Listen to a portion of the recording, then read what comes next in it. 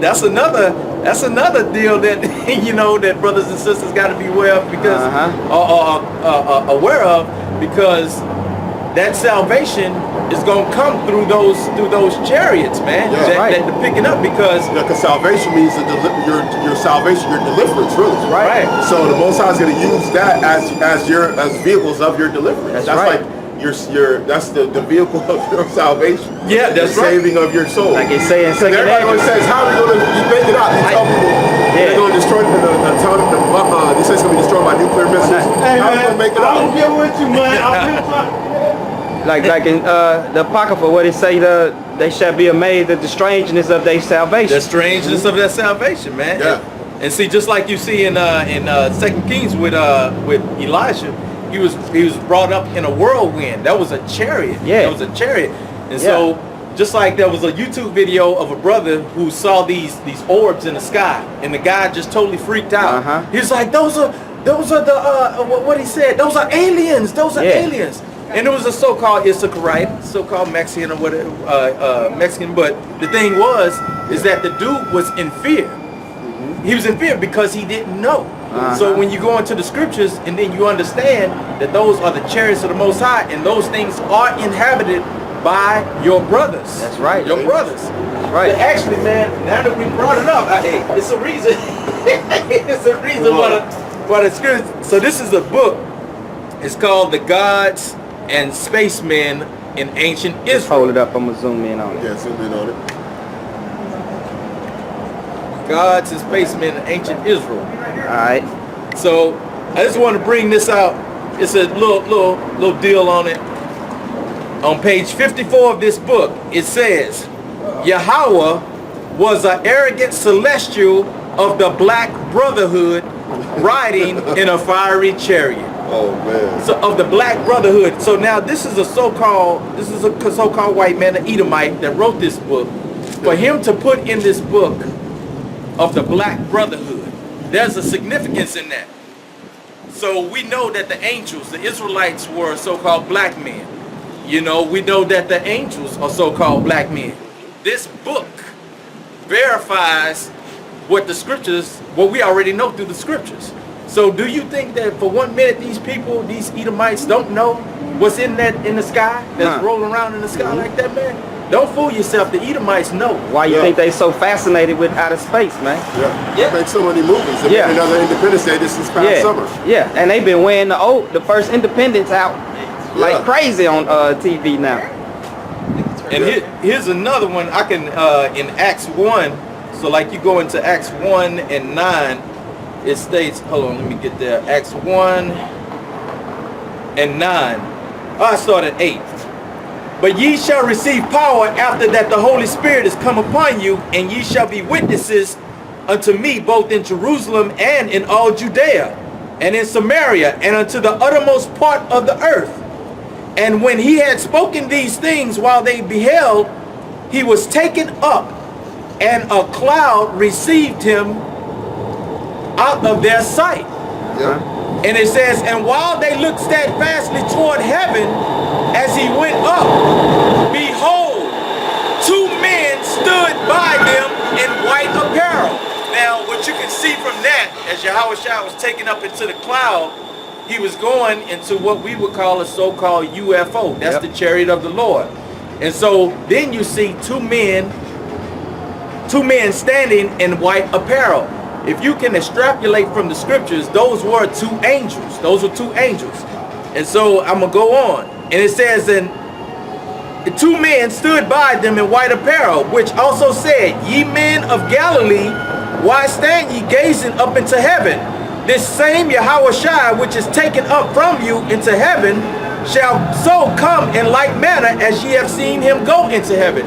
So this is how we can extrapolate that they were angels, because they knew. They knew what was going on. Yahawashi was taken into heaven, then they came back and said he would come back the same way.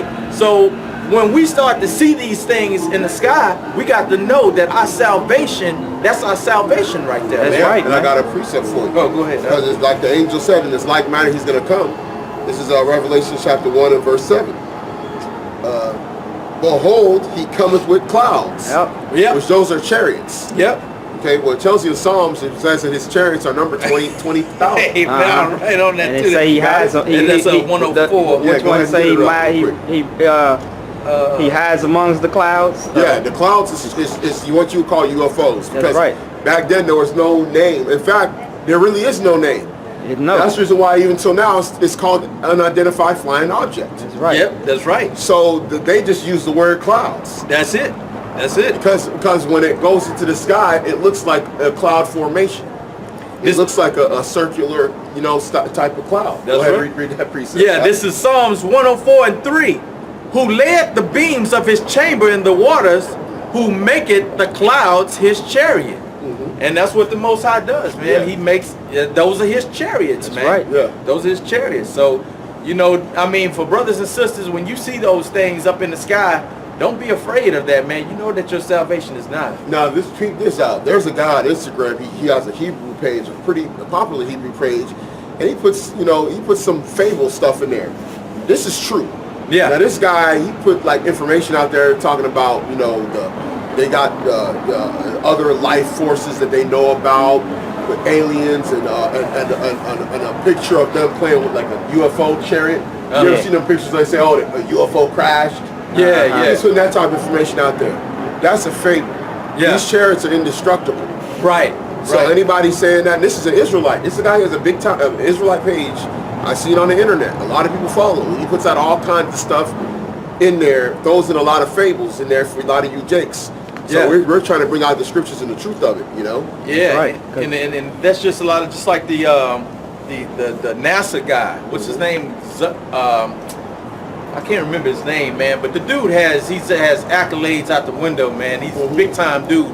And he basically told in the interview, he said, man, in doing the Buzz Aldrin and Neil flight, he said that he saw pictures of a black man getting off the tall, dark-skinned black man.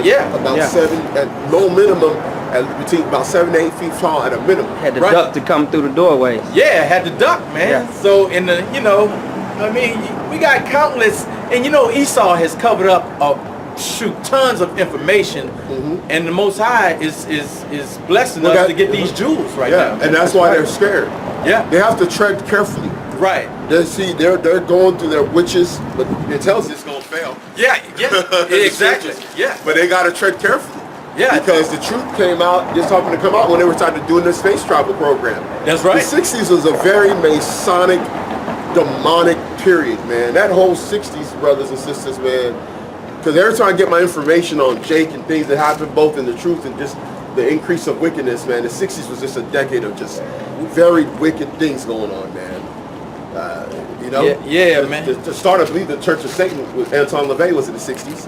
The truth started coming out in the 60s. A lot of things started happening in the 60s. Yeah. Feminism, all kinds of stuff. A lot of stuff happened in the 60s. Which that was just a Masonic decade. That they wanted to move a lot of things. Because that goes back even to, not going to get too deep into it, but you got the Chi Psi stigma. The Psi and the Psi is a 60. So a lot of things they did in that time frame to basically push forth the next level agenda, which is the stigma, which is the chip. Yeah. So they had to basically use that as a vehicle decade to get a lot of things rolling. But that was also just happening in a time when the truth started coming out. Right. That's the reason why all these gangs and things like that Jake's in, a lot of them formed in the 60s. In the 60s, that's right. Bloods, Crips, Latin Kings, all these different gangs, they all rose into prominence like in the 60s. El Rukins, which is the Moorish nation and all that stuff. Because believe it, man, Esau understands, he knows these prophecies, because to understand how to implement certain organizations during those specific times, he had to understand that the Most High was starting to move in a certain kind of way, man. And so he has to start implementing his contingency plan upon the Most High's plan, which is going to come to naught. They ain't going to be able to, overtake the plans of the Most High, And Esau got Jake consultants. Yeah, he has Jake consultants, just like he always does, man. When you go back into the ancient times, Esau consults with Jake on many things, man. Like me and Akim were talking about the Boule early on this week, man. Yep. Which means the advisors to the king. You know, I mean, they advise. Yeah. They advise. Council, this means like council of something. Yeah. So they're like counselors. They're telling them which way they need to go. You know, similar. You know, the same thing. Yeah, they're relaying different secrets and things. Right. You know, I'm not gonna get the what's it called out, but you actually have when Herod, right, was ruling in Israel. He was an Edomite. He was made king over Judea. Now, when Yahawashi came on the scene and he heard that he had been born, who advised him? Jake.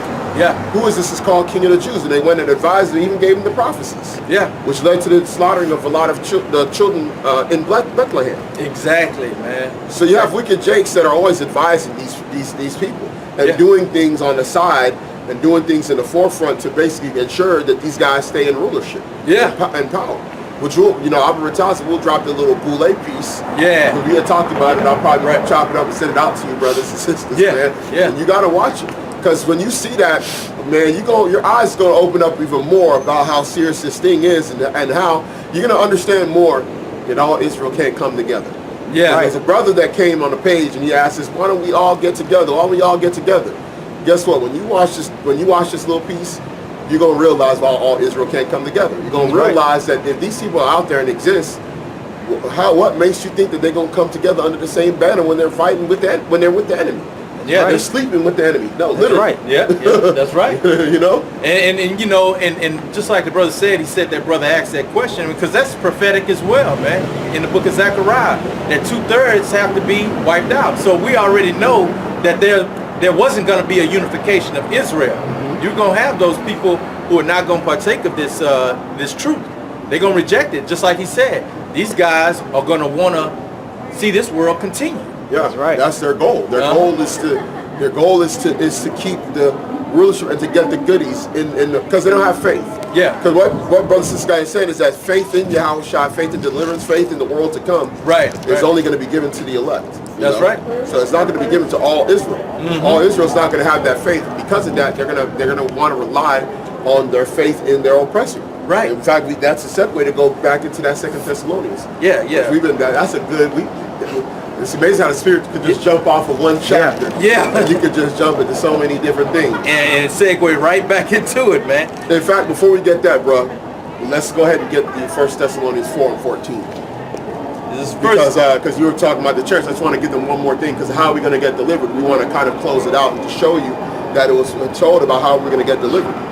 We say 4 and 14. Yeah, 1 Thessalonians 4 and 14. Oh, okay. Yeah. Okay, this is. It'll lead up to it. Just start at 14. Okay. This is this is 1 Thessalonians 4 and 14. For if we believe that Yahawashi died and rose again, even so them also which sleep in Yahawashi will the Most High bring with him. Yeah, that's a key aspect in this faith.